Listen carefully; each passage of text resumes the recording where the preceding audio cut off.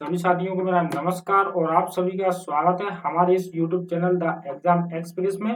देखिए दोस्तों, हमारा जो एमपी पुलिस कांस्टेबल का एग्जाम है 12 अगस्त की शिफ्ट में हो चुका है और उस जो शिफ्ट के जो क्वेश्चंस हैं वो आज हम आप लोगों के लिए इस क्लास में लेकर आए हैं कि किस आधार से कहां-कहां से साइंस का जो टॉपिक है, साइंस सब्जेक्ट का किस किस टॉपिक से कहां-कहां से किस तरीके के क्वेश्चन बन रहे हैं और सबसे ज्यादा मतलब जो क्वेश्चन आ रहे हैं वो साइंस के टॉपिक से आ रहे हैं, बायोलॉजी के टॉपिक से सबसे ज्यादा मोस्ट इम्पोर्टेंटली क्वेश्चंस वहीं से बन रहे हैं। हालांकि थोड़ा हमको देर जरूर हुई है एग्जाम की जो क्वेश्चंस हैं एनालिसिस को लाने में, लेकिन जो आपको जानकारी दी जा रही है बिल्कुल सटीक और सही जानकारी दी जाएगी हमारे इस प्लेटफॉर्म द एग्जाम एक्सप्रेस के माध्यम से। तो देखिए दोस्तों, आज जो हम आपको कुछ क्वेश्चंस का एनालिसिस कराने वाले हैं कि किस आधार पर किस तरीके के क्वेश्चन बन रहे हैं। तो आइए देखिए, स्क्रीन पर आपको दिख रहा होगा कि हमारे जो एग्जाम हुआ है 12 अगस्त के दिन, ठीक है ना। तो उस दिन क्या है कि जो एमपी प्लस कांस्टेबल में क्वेश्चंस बने हुए हैं वो कौन कौन से, जैसे यहाँ पर क्वेश्चन एक ये बना कि कवक में किस प्रकार से पोषण होता है, ठीक है ना। इसमें उन्होंने क्या पूछा कि कवक में किस प्रकार से पोषण होता है, तो इसका आंसर क्या रहा कि जो मृत उपजीवी पोषण होता है, मतलब जो कवक है उसमें कौन सा पोषण होता है, मृतोपजीवी। जो मृतोपजीवी से मतलब उन चीजों से होता है जो क्या होती है, सड़ी गली चीजें होती हैं, मतलब जिनमें जान नहीं होती है, ऐसी चीजों से क्या होता है, कवक का पोषण होता है, ठीक है ना। ऐसी चीजों से कवक का पोषण होता है। मृतोपजीवी ऐसा पोषण है जिसमें क्या होता है, पौधों से क्या किया जाता है, पोषण लिया जाता है, ठीक है ना। मतलब जो मृत पौधे होते हैं या फिर मृत जीव होते हैं उनमें से क्या होता है, उनके द्वारा कवक क्या करते हैं, पोषण लेते हैं, ठीक है ना। ये सब चीजें हो जाती हैं। अब आगे देखेंगे तो ये हमारा कहीं ना कहीं बायोलॉजी के जो न्यूट्रिशन से रिलेटेड क्या है, हमारा टॉपिक माना जाता है, पोषण से संबंधित ये हमारा टॉपिक से उठाया हुआ क्वेश्चन है। तो ये बायोलॉजी का क्वेश्चन रहा हमारा एग्जाम में 12 अगस्त एग्जाम में, ठीक है ना। अब हम आगे बढ़ते हैं अगले अपने नंबर के नेक्स्ट क्वेश्चन पर, ठीक है ना। तो देखते हैं अगला क्वेश्चन। अगले क्वेश्चन जो बना है वो बना है केमिस्ट्री से रिलेटेड। देखिए क्वेश्चन क्या क्या पूछा गया एग्जाम में कि गिलास में पानी रखकर क्या किया जाए, उसको फ्रिज में ठंडा करते हैं तो कौन सी अभिक्रिया होती है। तो ये जो क्वेश्चन है वो कहीं ना कहीं किससे रिलेटेड है, केमिस्ट्री के अभिक्रियाओं से संबंधित क्वेश्चन है, ठीक है ना। इसमें हम क्या करेंगे, जो क्वेश्चन जैसे बना है ठीक है ना, तो उसका तो आंसर हम आपको बता ही देंगे, इसी के साथ साथ उससे कहाँ से क्वेश्चन बन सकते हैं, किस आधार पर कौन क्वेश्चन बनेंगे, तो वो सब चीजें हम आपको यहाँ पर बताने वाले हैं, ठीक है ना। जैसे ये हमारा किससे रहा, केमिस्ट्री से रिलेटेड क्या रहा ये क्वेश्चन रहा। तो क्या पूछा गया इसमें कि गिलास में यदि हम क्या करते हैं, पानी रख भरकर फ्रिज में ठंडा करते हैं तो कौन सी अभिक्रिया होती है। तो जो फ्रिज में ठंडा करने वाली अभिक्रिया होती है वो होती है कौन सी अभिक्रिया, ऊष्मा शोषी अभिक्रिया, ठीक है ना। ऊष्मा शोषी अभिक्रिया होती आखिरकार क्या है, तो ये ऐसी अभिक्रिया होती है जिसमें ऊष्मा का शोषण होता है। क्या किया हम लोगों ने, जैसे गिलास में पानी लिया, पानी को क्या किया, फ्रिज में रखा, किसके लिए, ठंडा करने के लिए। तो उसमें जो ऊष्मा रहेगी ना, ऊष्मा क्या होगी, उस टाइम पर ऊष्मा का शोषण हो जाएगा, क्योंकि पानी कैसा रहता है, द्रव रूप में रहता है, तरल रूप में रहता है। जब उसमें से पूरी तरीके से ऊष्मा का शोषण हो जाएगा तो ये किस में कन्वर्ट हो जाएगा, बर्फ बन जाएगा, ठीक है ना। तो इस वजह से इसमें जो अभिक्रिया होगी वो ऊष्मा शोषी अभिक्रिया होगी, ठीक है ना। तो इस आधार पर कुछ जो क्वेश्चन बन रहे हैं अभिक्रियाओं से रिलेटेड क्वेश्चन हैं, तो वो भी आप लोग पढ़ लीजिएगा कि अभिक्रियाओं से इस आधार पर ऐसे ऐसे क्वेश्चन बन सकते हैं, ठीक है। और इसके अलावा जैसे इसके जस्ट अपोजिट होती है ऊष्मा क्षेपी अभिक्रिया, वो ऐसी अभिक्रिया होती है जिसमें ऊष्मा को बाहर निकाला जाता है। जैसे हमने बर्फ का टुकड़ा लिया, ठीक है ना, उसको फ्रिज से बाहर निकाल कर बाहर रख दिया, तो उस टाइम पर क्या होगा, उसमें से ऊष्मा बाहर निकल जाएगी और क्या रह जाएगा, वह तरल पदार्थ वापस पानी के रूप में बदल जाएगा। तो इस प्रकार से वह ऊष्माक्षेपीय अभिक्रिया का उदाहरण हो जाता है।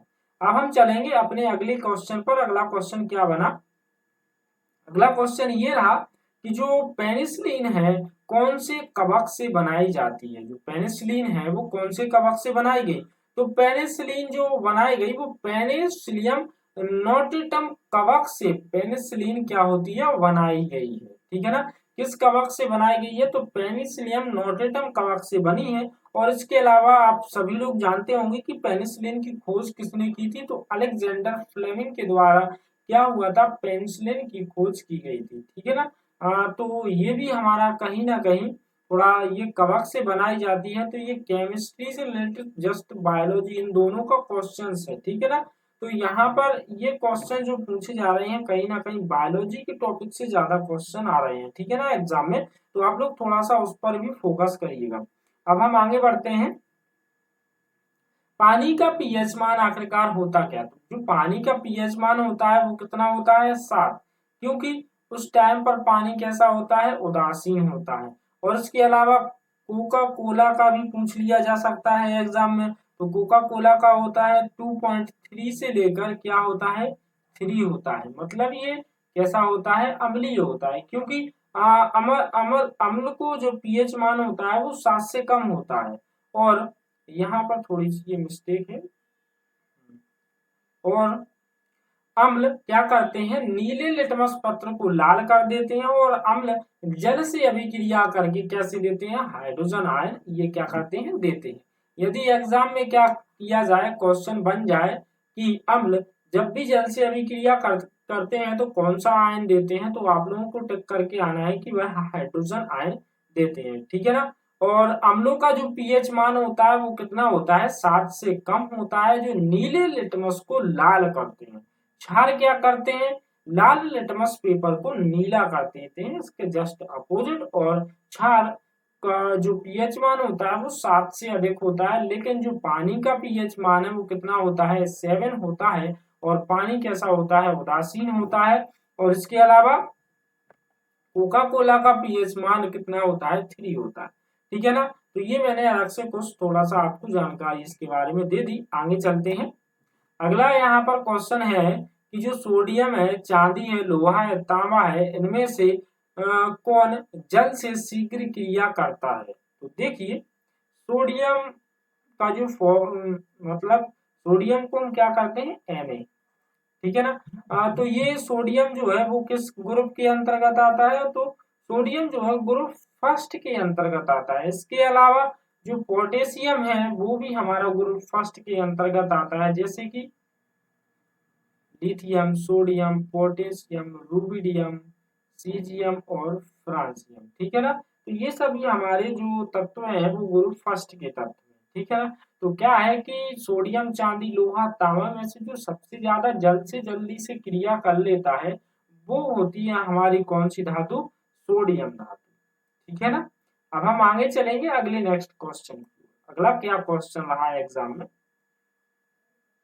तो अगला जो क्वेश्चन रहा वो थोड़ा सा रहा हमारा फिजिक्स के टॉपिक से रिलेटेड रहा कि किसी व्यक्ति को दूर की वस्तु दिखाई नहीं देती है, यह कौन सा दोष होता है। तो ये होता है जब भी क्या हो, जब भी दूर की चीज पूछी जाए, जस्ट अपोजिट इसमें होता है कि जब व्यक्ति को दूर की वस्तु दिखाई नहीं देती है तो उसमें कौन सा दोष होता है, उसमें होता है निकट दृष्टि दोष। ठीक है ना, इसके जस्ट अपोजिट, यदि दूर की वस्तु दिखाई नहीं देती है तो निकट, और निकट की वस्तु दिखाई नहीं देती है तो दूर दृष्टि दोष। क्या होता है कि जब दोष को दूर करना होता है, निकट दृष्टि दोष को, तो उस टाइम पर हम किस लेंस का यूज करते हैं, अवतल लेंस का यूज करते हैं। किस लेंस का यूज करते हैं, अवतल लेंस का उसमें यूज किया जाता है। ठीक है, प्रयोग किया जाता है। तो इससे भी क्वेश्चन बन सकता है कि दूरदृष्टि के लिए, दूर करने के लिए हमें कौन से लेंस का यूज करते हैं हम, तो उत्तल लेंस का। ठीक है ना, अब आगे चलते हैं, अगले क्वेश्चन को देखेंगे, अगले और कहाँ कहाँ से किस प्रकार से क्वेश्चन बने, क्या रहा टॉपिक, तो चलेंगे अगले क्वेश्चन। किस वर्ग के पौधों में जड़, तना, पत्ती पूर्ण रूप से विकसित होती है। तो एक पौधा होता है जिसको टेरिडोफाइटा बोला जाता है। ये क्या होता है, जड़, तना और पत्ती ये पूर्ण रूप से क्या होती है, इसकी विकसित रहती है। तो ये क्वेश्चन भी हमारा बायोलॉजी के टॉपिक से रिलेटेड। आगे चलते हैं, डीजल की माप क्या होती है? इसी से संबंधित इसी आधार पर ऐसा ही क्वेश्चन था, हालांकि करेक्ट तो नहीं है कि डीजल की माप ही पूछा गया, या फिर थोड़ा इससे रिलेटेड क्वेश्चन था। तो डीजल की जो माप है वो मापी जाती है किसमें, C10 में, ठीक है ना। C10 संख्या के द्वारा मापा जाता है। डीजल क्या होता है, ईंधन की गुणवत्ता प्रदर्शन करने की क्या होती है, माप होती है C10। इसके अलावा संख्या जितनी अधिक होती है, वाहन के इंजन में ईंधन का दहन भी उतना ही बेहतर होता है। ये थोड़ा सी उससे क्या थी, थोड़ी सी जानकारी थी, ठीक है ना। C10 में, और जो हमारा पेट्रोल होता है ना, पेट्रोल की जो माप की जाती है वो की जाती है किसमें, ऑक्टेन में। यदि आपकी बार क्वेश्चन बने या नहीं बने, ठीक है ना, बन जाए, यदि ऑक्टेन भी आ जाए ना ऑब्जेक्ट में, तो ऑक्टेन भी हमको क्या करना है, लगाकर आ सकते हैं। बाकी C10 डीजल की माप होती है, मतलब इसकी शुद्धता मापने के लिए C10 संख्या का यूज होता है। आगे चलते हैं, अगला जो क्वेश्चन था ये गति के नियम से रिलेटेड था, कि गति के नियम प्रतिपादित किए। तो आप सभी जानते हो न्यूटन ने किए। इन्होंने पहला नियम दिया जड़त्व के लिए, और यहाँ पर इन्होंने जो दूसरा नियम दिया था वो दिया था द्रव्यमान के लिए, और तीसरा नियम दिया, उसका कोई विशेष नाम ही नहीं है, क्रिया के विपरीत प्रतिक्रिया। ये सभी चीजें क्या दी, इन्होंने दी। अब पढ़ेंगे अगले नेक्स्ट क्वेश्चन। अगला यहाँ पर क्वेश्चन है हमारे लिए कि वह जीव जिसकी त्वचा नम हो और वयस्क होने पर फेफड़ों से वह सांस लेता हो, तो ऐसा जीव कौन सा है, मेढक है। और यदि वहां पर एग्जाम में यदि क्वेश्चन बन जाए और मेढक के स्थान पर उभयचर लिखा आ जाए, तो वह भी हम लोग टिक कर सकते हैं। क्योंकि क्या होता है, ये जो जीव होते हैं ये क्या करते हैं, इनकी त्वचा नम होती है और ये फेफड़ों से सांस भी लेते हैं, साथ ही साथ ये त्वचा से भी क्या कर सकते हैं, सांस ले सकते हैं, ठीक है ना। तो देखिए दोस्तों, ये सारे जो क्वेश्चन थे ये था हमारा थोड़ा सा एनालिसिस, जो कल जो एग्जाम हुआ हमारा 12 तारीख को, जो हमारे शिफ्ट हुई, उन सभी एग्जाम्स के जो क्वेश्चन थे इससे रिलेटेड जितने भी क्वेश्चन आए हुए हैं, कुछ क्वेश्चंस हमें नहीं मिल पाए, लेकिन जितने भी क्वेश्चन मिले हमने आप सब क्वेश्चनों के बारे में आपको बता दिया, और किस आधार पर कैसे क्वेश्चन बन सकते हैं ये थी आपकी जानकारी। तो आज के लिए हम क्लास को यहीं पर करेंगे स्टॉप, मिलेंगे कल हम अपने टाइम पर। और इसी के साथ साथ दोस्तों हम आपको और भी जानकारी देंगे, और हम क्लास जो हमारी चल रही थी किस आधार पर और भी MCQ किस तरीके के आ सकते हैं, तो ये सभी हम अपना अगली क्लास में आप सभी को बताएंगे। और अगला जो हमारा एग्जाम होगा जो कि 13 तारीख को है, आज ही होने वाला है 13 तारीख को वह एग्जाम, तो उस का भी एनालिसिस हम कल आप लोगों के लिए जरूर लेकर आएंगे, या फिर शाम तक देखते हैं क्लास में आपको एनालिसिस करवा देंगे, ठीक है ना। तो आज के लिए इतना ही। जय हिंद, जय भारत।